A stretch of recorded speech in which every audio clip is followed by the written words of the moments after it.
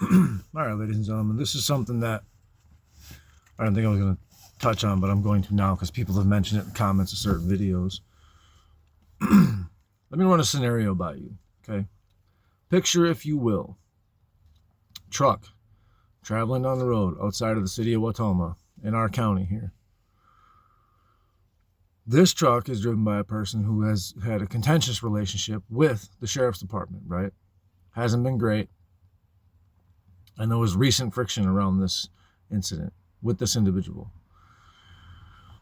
Imagine, if you will, this truck being pushed off the road, the individual being injured very badly, and then succumbing to their injuries, right? Now imagine, if you will, the sheriff's department doing a press release saying that this person was involved in a single vehicle accident, was ejected from the vehicle, and died due to their injuries. This person is not me. This person is Patrick Moorhead. Because that's what the sheriff's department told everybody. Now, I have it on good authority from family members, from an uncle particularly, of Pat Moorhead's, that that's not what happened. What happened was he was chased, run off the road, and then his life was taken from him in the ditch by whoever chased him and pushed him off the road. There was paint transfer on the vehicle.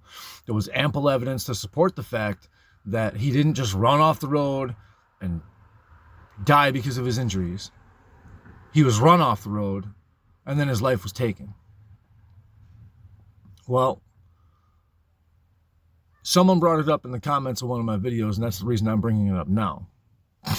Let's consider the suspicious deaths and the common denominator around some of these suspicious deaths in this county recently. There's the body they found just a few blocks from the sheriff's department, who they claim they were able to identify due to forensic analysis and DNA within 72 hours of finding that body.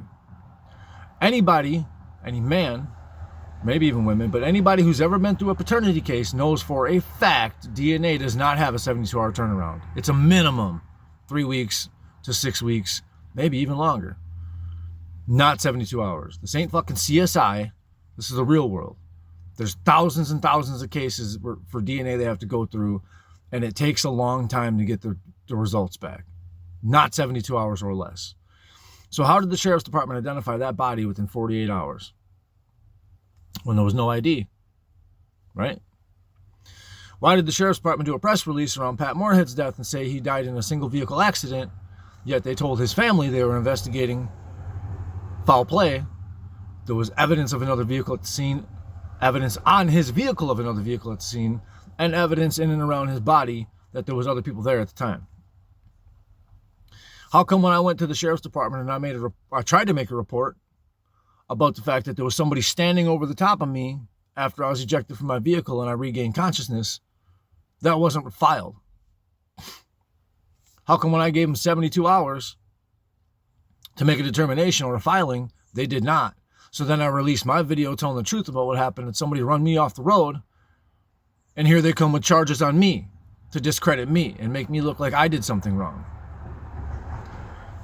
These are the things I want people to start considering, because the common denominator in a lot of these suspicious and weird deaths around this time, or around the past couple of years, is the Waushara County Sheriff's Department.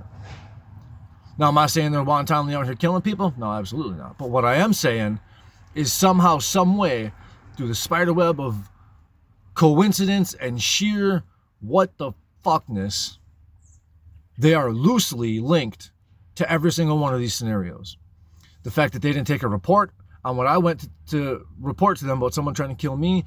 The fact that they said to the public Pat Moorhead died of his own hand through an accident, but they told the family something completely different.